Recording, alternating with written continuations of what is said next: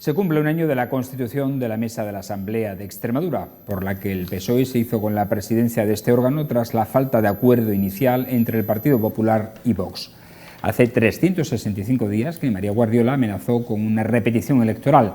Comenzó entonces una negociación que duró 10 días y que finalmente dio el gobierno de la Junta a la candidata popular tras negar a los de Pelayo Moreno en una primera instancia. Hoy ponemos este aniversario en la picota.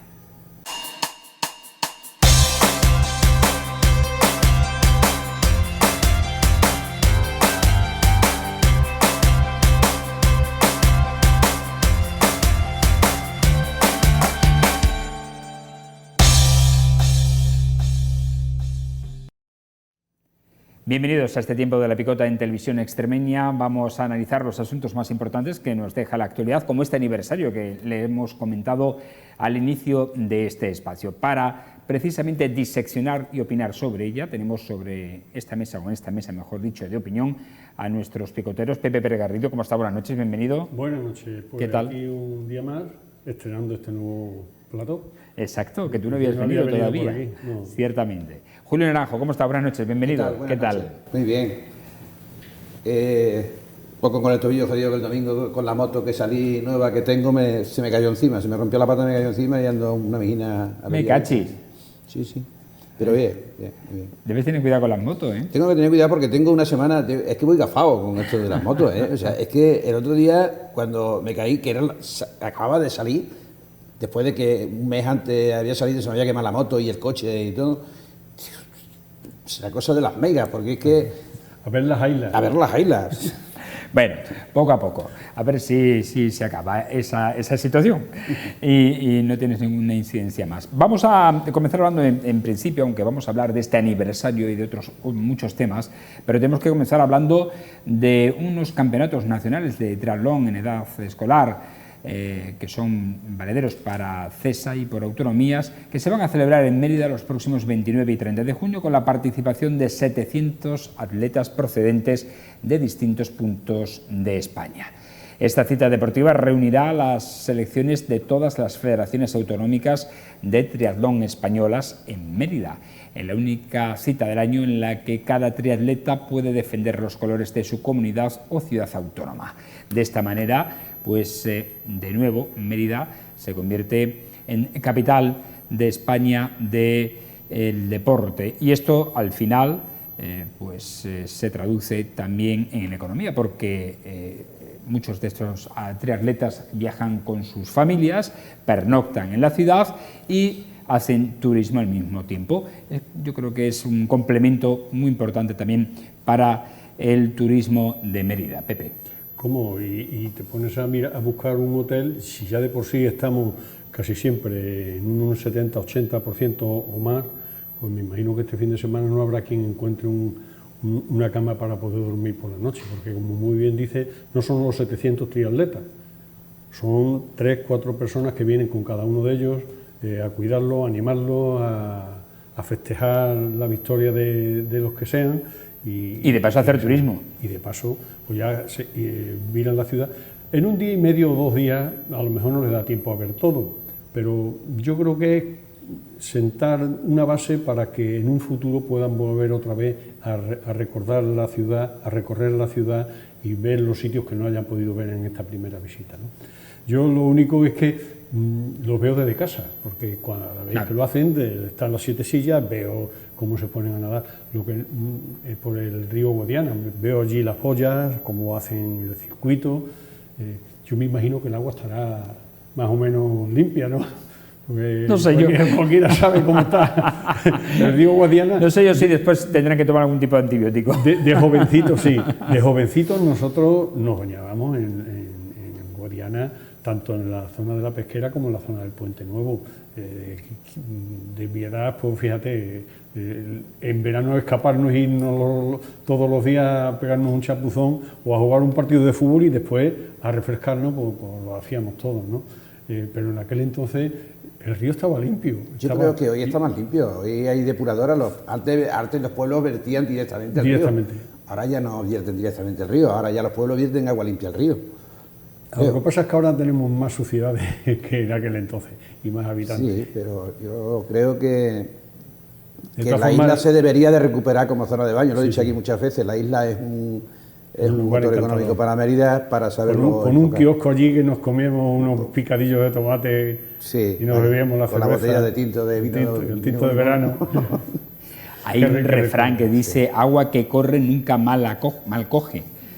En este momento no sé yo si es bueno o no bañarse en el río. Bueno, Yo- ahora sí, el agua, vamos, Mérida siempre tiene un nivel alto porque si no, si está baja la presa, el metro que la subieron, que por la zona del albergue se puede cruzar Sí. a pie casi, sí, sin casi.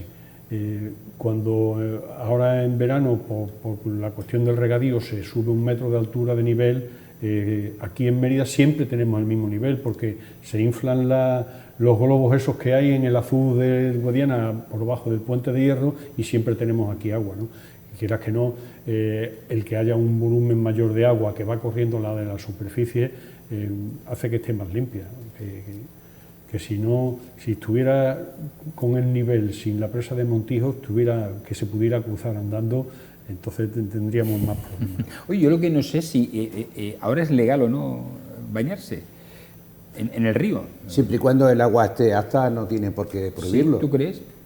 Yo creo que el río es un recurso natural que no deberían de prohibir a nadie hacer uso, Yo digo por el tema de seguridad, no por hacer otra uso cosa. del río. Bueno, la seguridad es Más por relativa. tema de Eso no tiene seguridad. banderas. La seguridad Claro, es relativa. no tiene. La bandera azul es que tiene que tener socorristas. Bueno, bandera azul es que el agua está limpia. Y cumple, y cumple una serie de requisitos. exacto, Uno de ellos es requisitos para el socorrismo. baño. Uno de ellos es efectivamente. socorrismo. Sí, pero es una novedad lo de las banderas azules en los ríos. Las banderas siempre han sido más enfocadas a las playas. Es una novedad que Sí, pero nosotros aquí en posiblemente Extremadura nosotros me seamos parece que- pioneros en eso En de las banderas Extremadura me azules. parece que tenemos 6 banderas azules. Somos Sí, la claro, sí. primera Sí, sí. comunidad en número de banderas azules en playas de interior. Sí, yo creo que fuimos pioneros con Orellana en ese tema. Orellana. Sí, así es. Voy a verlo porque estaba consultando precisamente cuántas banderas tiene Extremadura. 9 banderas. 9 banderas Sí, al revés.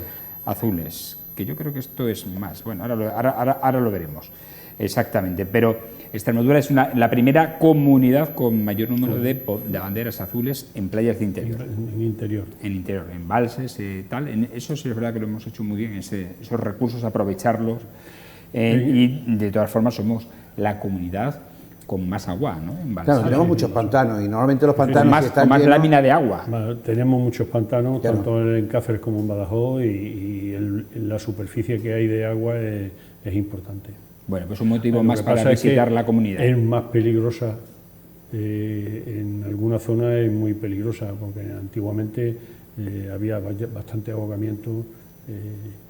Me acuerdo del señor Tomás, me parece que se llamaba, el barquero, que era el que siempre lo sacaba, ¿no? a los fallecidos, a los ahogados. Ahora, afortunadamente, en el río no hay, y hace tiempo que tampoco lo hay en la charca, ¿no? En Proserpina. ¿Te refieres a, perdona? Ahogamiento. Ahogamientos, no, afortunadamente, sí es cierto. Yo recuerdo que el último, además, fue un guardia civil del sector acuático de la Guardia Civil, que se ahogó en Proserpina y hará de eso ya 3 años, quizás, o 4. Si no fue por la pandemia, fue poco después aproximadamente. Pero fue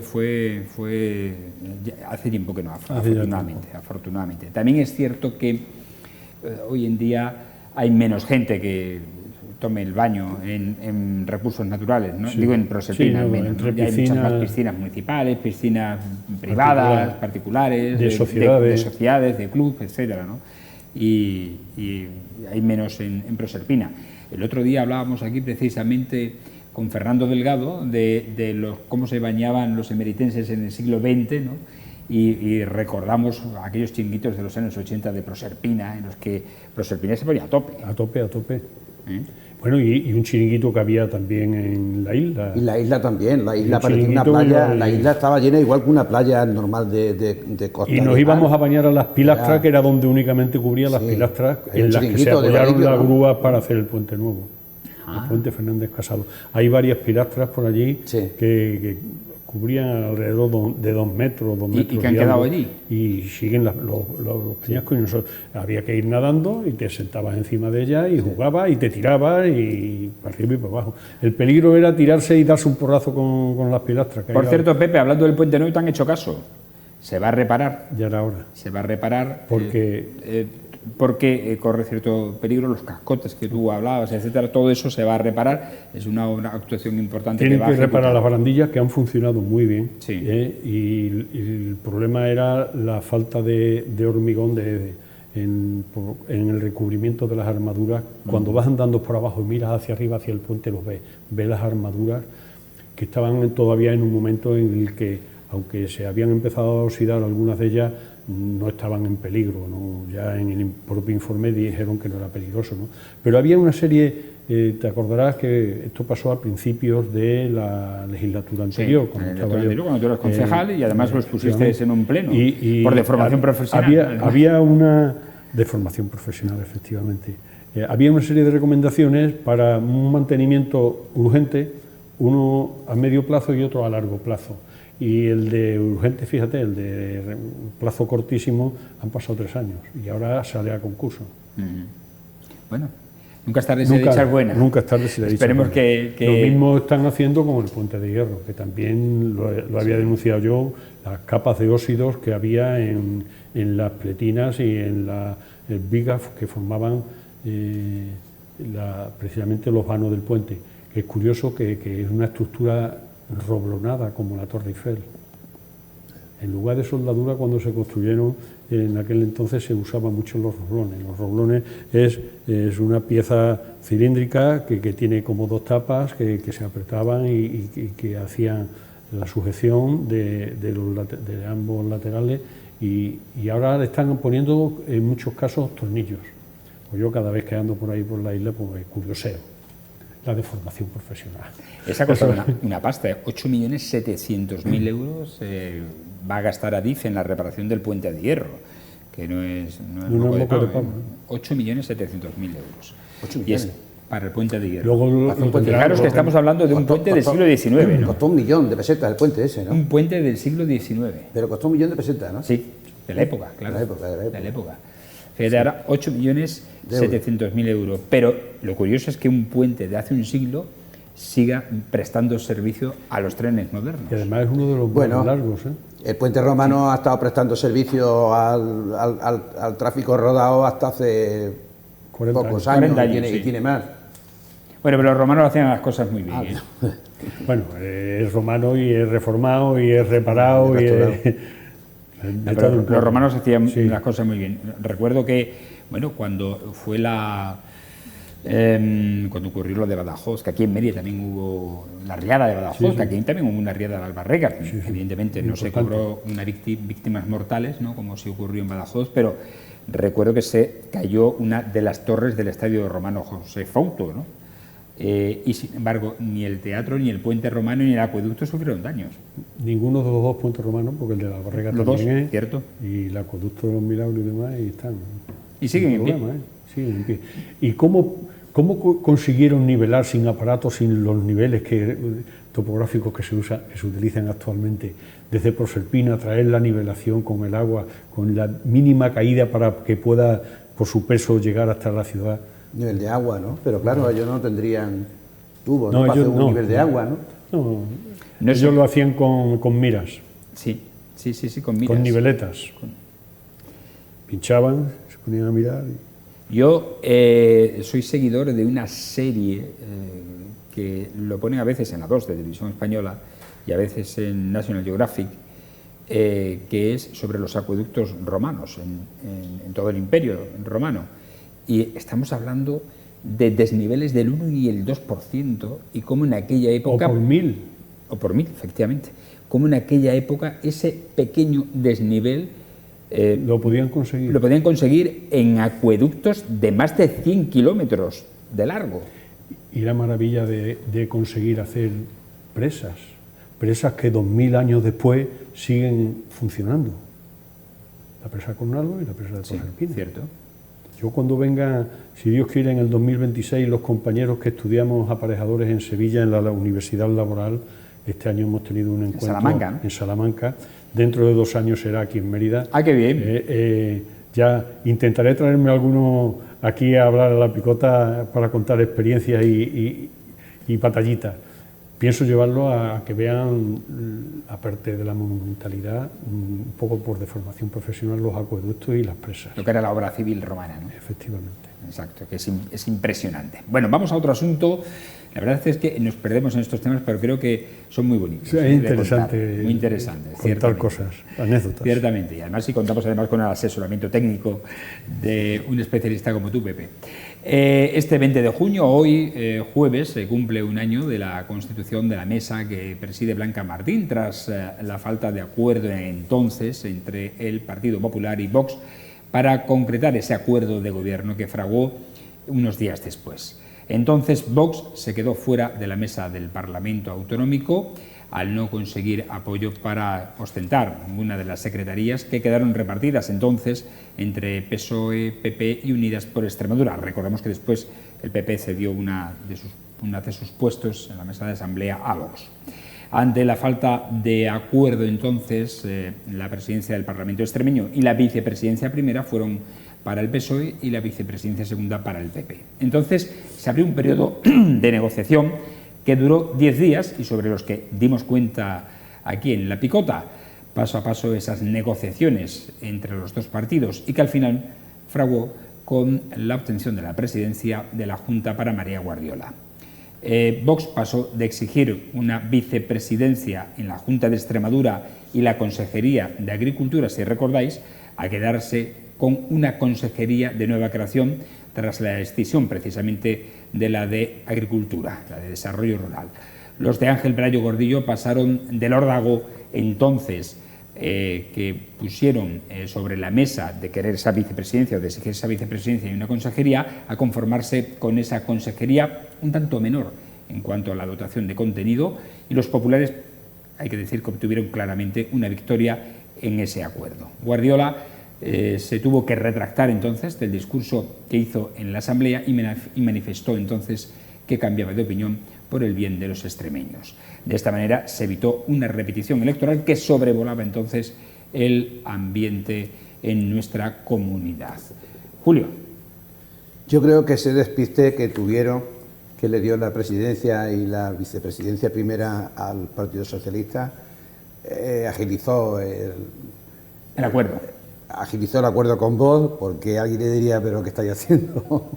Como si caiga así, yo creo que hubo llamada, presidente, hubo llamada desde otra vez y no vaya a dar cuenta. Hubo la llamada desde Madrid, yo creo, desde los dos partidos, diciendo ¿qué estáis haciendo? ¿No? Por ambas partes. Por ambas ¿Qué estáis partes, haciendo? Sí. Entonces, pues bueno, pues a Guardiola no le quedó otra cosa que tragarse todas las cosas que había dicho de que no iba a hacer y llegar al acuerdo por la vía de urgencia, porque es anecdótico, ¿no? De todas formas está bien que la mesa de la presidencia, que la presidencia de la Cámara y de la vicepresidenta estén en manos de un partido que no es el del gobierno. Yo lo veo bien. Pero yo creo que eso facilitó el acuerdo por la vía de urgencia. Bueno, si tenían un preacuerdo antes y vino alguien de Madrid que lo paró. Bueno, y el primer acuerdo era más favorable a Vox. Buxade, de Vox. Que ahora está en Europa, ¿no? Ahora era el candidato de Vox en Europa, efectivamente. Bueno, pues el primer acuerdo era más favorable a Vox que el que se llegó al final. Sí, porque le ofrecía la presidencia de la Asamblea. La presidencia de la Asamblea, un senador, que ahora también le ha dado un senador. Y una consejería, ¿no? Y una consejería. Ellos querían la vicepresidencia primera y por ahí es por donde vino el choque. Pero bueno, es normal. Estamos ahora mismo en el mismo caso en Cataluña. Cataluña, el partido que ha ganado en votos y en escaños es el Partido Socialista. Y no ha obtenido la mesa de la Asamblea. No tiene la presidencia de la mesa, ha quedado en manos de los independentistas, en este caso. No se han puesto de acuerdo y también ha pasado eso.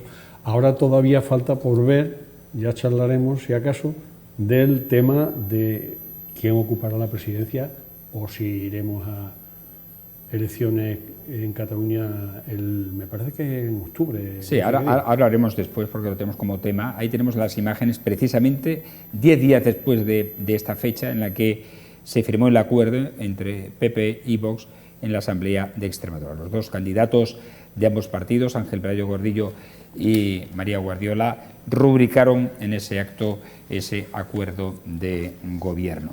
Pero indudablemente fueron días en los que, como digo, sobrevolaba la repetición electoral y algunos incluso apuntaban a que, debido al discurso que hizo María Guardiola en la Asamblea de Extremadura, ese día que se conformó la mesa y que perdió la presidencia de la mesa, todo podía indicar que esa falta de acuerdo podía llevarnos de nuevo a las urnas.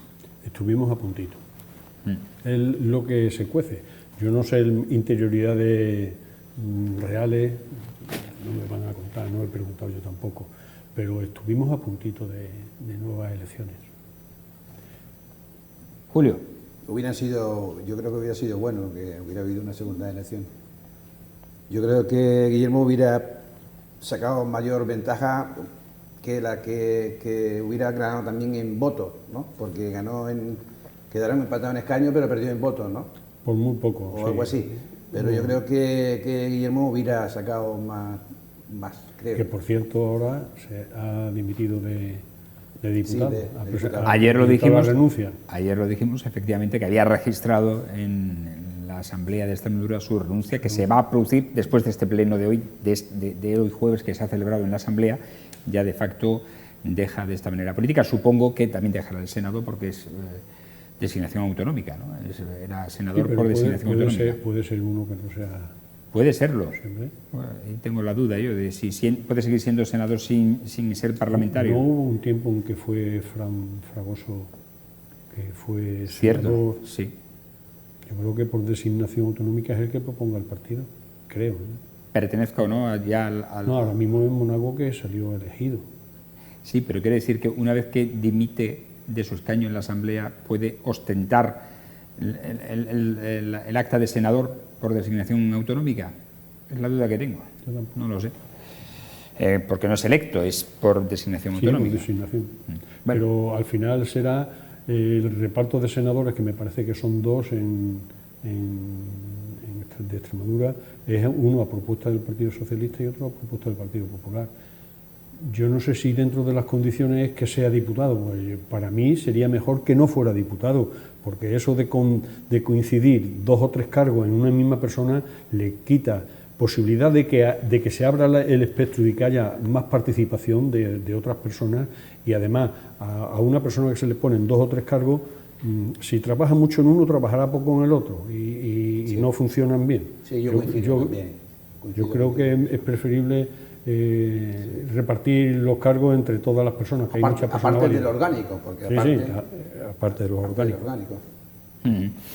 Bueno, no abandonamos el escenario de la Asamblea de Extremadura porque la totalidad de los grupos parlamentarios han remarcado este miércoles la importancia de que Extremadura eleve un mensaje único sobre financiación autonómica con 4 ejes que se establecen como prioritarios y que son distintos, como son la fiscalidad, la multilateralidad, la despoblación y la igualdad territorial.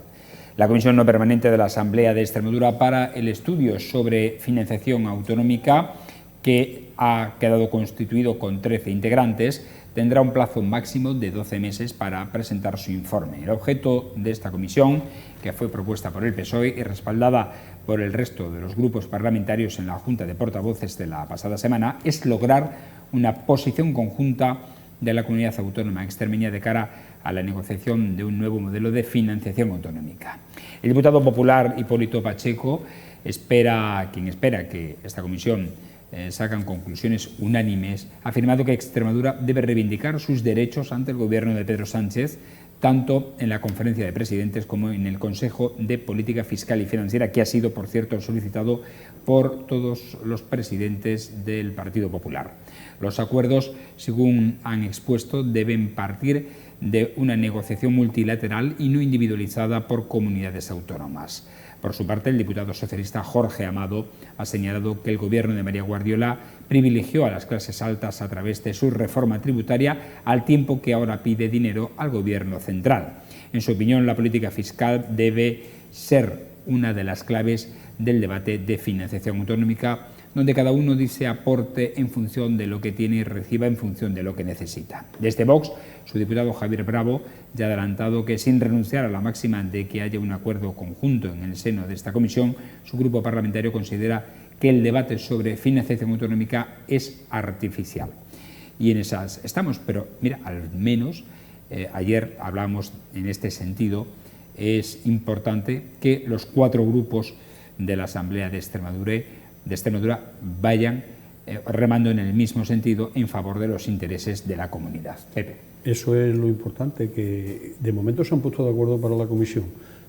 Siempre está el dicho ese de que si quieres que no funcione una cosa, forma una comisión, ¿no?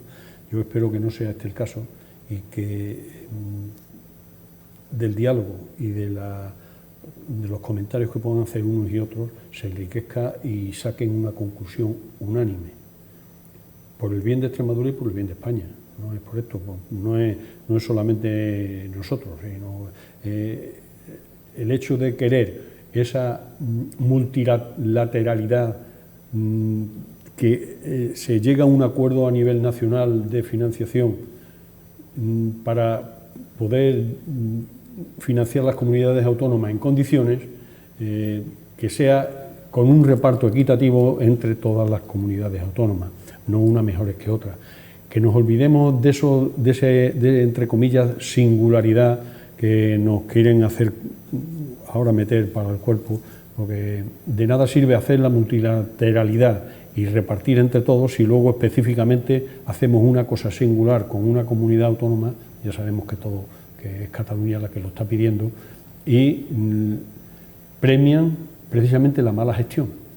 Si Cataluña tiene ahora mismo 75.000 millones de deuda, creo recordar, y están hablando de condonarle 15.000 millones, si tiene 75.000 millones de deuda es porque ha gestionado mal los presupuestos de aquí para atrás desde hace 10 o 12 años, porque se quedaron, el déficit se quedó a cero con el FLA, ¿no? Con el Fondo de Financiación, la financiación autonómica que se estableció en aquel entonces. Si en tan pocos años han conseguido un déficit del orden de 75.000 millones, que no premiemos ahora regalándole el dinero, porque seguirán malgastándolo, que lo dediquen a las cosas que realmente necesitan: educación, sanidad, transportes, todo lo que conlleva lo que es una autonomía, todas las competencias que pueda tener, y que se olviden de embajadas, porque al final las embajadas no salen caras. Dinero, recordamos que al final ponemos entre todos. Entre todos, decir, entre todos. Si se condona esa deuda, ¿no? Y digamos que ahí se rompe el principio de solidaridad con el resto. Yo escuché de las autonomías. una cosa curiosa. Bueno, es que si vamos a la singularidad, yo soy singular. Mi familia no tiene hijos. El que lo estaba comentando era un hombre y un varón, y tenía una esposa. Nosotros no tenemos hijos. Pues si vamos a hacer singulares, nosotros no tener hijos, no tenemos que colaborar para la educación de los hijos del vecino. Entonces a mí que en mi IRPF me descuenten menos que a él. Eso no es lógico, vamos, eso es absurdo. Lo estaba planteando por una reducción al absurdo. Julio. Bueno, eso aquí también se pueden aplicar, porque el gobierno de aquí de Extremadura, en ese mismo principio de solidaridad, le ha quitado un impuesto, ha quitado el impuesto de sucesión y el impuesto de patrimonio digamos, a una élite, ¿no? O sea, por encima de los 500 o 500.000 euros de capital, de herencia. O sea, si somos deficitarios, pues somos una comunidad que somos deficitarias, o sea, tenemos un déficit del 0,4%, y además estamos quitando impuestos a los que más tienen. Si nosotros no somos solidarios con nosotros mismos, ¿cómo le vamos a pedir luego que sean solidarios otras comunidades con nosotros? Porque en Cataluña se paga el impuesto de sucesiones, se paga el impuesto de patrimonio. Entonces, Cataluña va a decir, bueno, ¿y cómo van? Porque Cataluña contribuye económicamente, aporta 1.600, casi 1.700 millones de euros al fondo de garantía del sistema autonómico. Extremadura no tiene, Extremadura no generamos ni siquiera para pagar lo que nosotros gastamos. Entonces hay que pensárselo, porque es difícil de ir a un sitio a pedir cuando tú en tu casa no cumples esos principios de solidaridad. Bueno,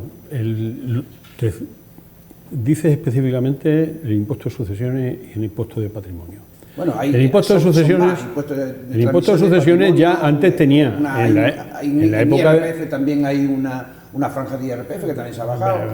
En impuesto de matriculación de ciertos vehículos también se ha bajado, se han bajado una serie de cosas que en total dejan de recaudar 980 millones de euros por la reforma que ha hecho Guardiola en este año. No creo. Bueno, yo lo he estado viendo esta mañana. Y esta noticia pues la he sacado del País, del 3 de abril del 2024. Sí. ¿Te cuenta que 980 millones? En la rebaja, en todas las rebajas, en todo lo que deja de recaudar por la reforma laboral, por la reforma fiscal que ha hecho Guardiola. ¿Cuánto era, perdona? 980 millones. Me lo apunto y lo reviso. Pero de todas formas, me parece fenómeno lo que ha hecho con quitar el impuesto de sucesiones. El impuesto de la muerte, cuando sí, ya has estado pagando... A ver, Pepe, sí, pero si se paga... A ver, pero... Sí, el impuesto de sucesiones lo había quitado prácticamente... Sí, estaba tenía una exención del 90%. Una bonificación alta de hasta del 90%, hasta una franja. Pero o hay que quitarlo en España... O se cobra en toda España, porque... Pero sí, que es el chocolate del loro. Yo no creo que sean 980 millones, creo que es una insignificancia comparada, pero tú te pones a echar cuenta, tú tienes 2 viviendas y tienes que hacer el impuesto de patrimonio, y tú que estás pagando el IBI todos los años, y que cuando lo compras pagas el impuesto de transmisiones o el IVA, te está ensangrando todos los años con el IBI y con el IRPF, que tú metes las viviendas en el IRPF y a cotizar también por ellas, porque te suben la cuota a pagar, te sube el porcentaje de repercusión del impuesto, es progresivo. No creo que sea tanto, pero mira, hay cosas más importantes que podían solucionarlo, y es, por ejemplo, la energía eléctrica. Extremadura es excedentaria de energía. Toda la energía que se procesa y que se produce en Extremadura, no queda el beneficio en Extremadura. Que se exporte. No, se transporta al resto de España. Pero el IVA no se queda aquí en Extremadura. Sí. El IVA se queda, no sé si en País Vasco, o en Navarra, o en Cataluña, o en algún sitio de por ahí. Y ahora van a cerrar las nucleares, que según la Comunidad Económica Europea es una energía verde, limpia. No lo comprendo. Pero vamos, que aquí lo hemos comentado en más de una ocasión, sí, que para que vinieran más industrias aquí lo que teníamos que hacer era tener un precio de energía mucho más económico que el que tenemos, con unas subvenciones obligadas a las empresas productoras. El precio de la energía aquí, como desde que se permite tener autoconsumo y poder producir tu propia energía, es prácticamente casi gratis. Yo creo que es que esto va a ser lo que nos va a relanzar a nosotros para que se instalen aquí empresas grandes que necesiten de grandes consumos de energía. Porque eso son para pero la energía que se hace en una vivienda o en un bloque de vivienda no sirve ni para pagar el bloque. Pero bueno, eso porque se ha permitido el autoconsumo hasta 10 kilovatios, me parece 10.000 vatios. Pero de la misma manera que se permite hasta 10 kilovatios, se puede permitir la energía... No, si paneles solares hay por todas las carreteras de Extremadura, no hay ninguna duda. Pero que también coticen aquí y paguen aquí. Me estoy recorriendo toda la región con la moto, veo algunos parecen mares de placas solares, hay algunas plantas que son enormes. Lo que esas plantas A ver, no sé, pero lo que no se debería permitir montar aquí esas plantas, porque la electricidad viaja a 300.000 kilómetros por segundo, ¿ves? Meterle botón y alimentar fábricas en Madrid o alimentar fábricas en Valencia, porque claro, tú tiras la red y puedes tener la industria allí y producir la energía aquí, ¿no? Eso es lo que no se debería permitir. Eso a ver, es lo que el sistema es nacional, eso es muy difícil, pero sí, pero, bueno, se debiera obligar, y creo que sí está legislado así, creo que sí está legislado, que en el tema de la energía fotovoltaica, se puso como condición para dar las licencias que las empresas tuviesen domicilio social en Extremadura. Ya con eso cotizan aquí. Efectivamente. Y después la energía podía ir a donde quiera, porque estamos hablando de un mercado nacional. Bueno, pues nosotros aquí lo hemos comentado en la picota. Pero eso no ocurrió, por ejemplo, con la nuclear. No, claro, con eso lo hemos comentado muchas veces. Cuyos propietarios, que son Endesa y no sé quién más, pues están evidentemente con domicilios sociales en otras comunidades. Sí. Ese es el problema. Y entonces, si no se puede hacer que esas sociedades vengan y traigan aquí el IVA que se produce realmente aquí en Extremadura, al menos que pudieran decir bonificación de tarifa para que una empresa, que hay algunas industrias que el consumo de energía es el factor más importante en su producción. Uno de los costes más grandes que tiene. Claro, sí en el momento en que le hicieran a esa industria, que por eso se quería meter la azucarera aquí, porque iba a conseguir beneficios, aparte de los beneficios fiscales, iba a conseguir beneficios energéticos. Ojalá pudieran hacer eso para las industrias. Yo creo la planta de diamantes de Trujillo ha montado su propia planta fotovoltaica para autoabastecerse. Sí. Entonces, ahí es donde yo voy. Que a las grandes empresas, que a las grandes industrias se les permita que se les está permitiendo montar su planta. Entonces, la electricidad es gratis. Pero es que hay industrias que ya tienen mucha superficie para sí, para su desarrollo industrial, y además, si necesitan mucha energía, necesitarían el doble o el triple de superficie para autoabastecerse, y ya le estás incrementando de alguna manera los costes de terreno, los costes de ejecución de obras. Hay algunas que tienen un cierto límite y entonces les compensa y les interesa autoabastecerse de energía, pero hay otras que no les interesa, porque si la demanda la necesidad que tienen de energía es muy grande, a lo mejor la superficie que necesitarían de paneles solares es 2, 3, 4 veces mayor que la superficie que necesiten para la industria, y esos son unos costes importantes. Bueno, nosotros terreno tenemos mucho y terreno que prácticamente casi es que no es fértil, no es como yo he visto, por ahí por Las Vegas por Las Vegas altas, plantas fotovoltaicas en zonas de regadío. Yo creo que eso no debería estar permitido no debería estar permitido en zonas de regadío. Cada uno podrá hacer seguramente con su terreno lo que quiera, pero yo creo que las zonas de regadío deberían de protegerse porque tienen unas infraestructuras hechas para dedicarse al regadío. Sí, hombre, y son tierras fértiles, ¿no? Evidentemente.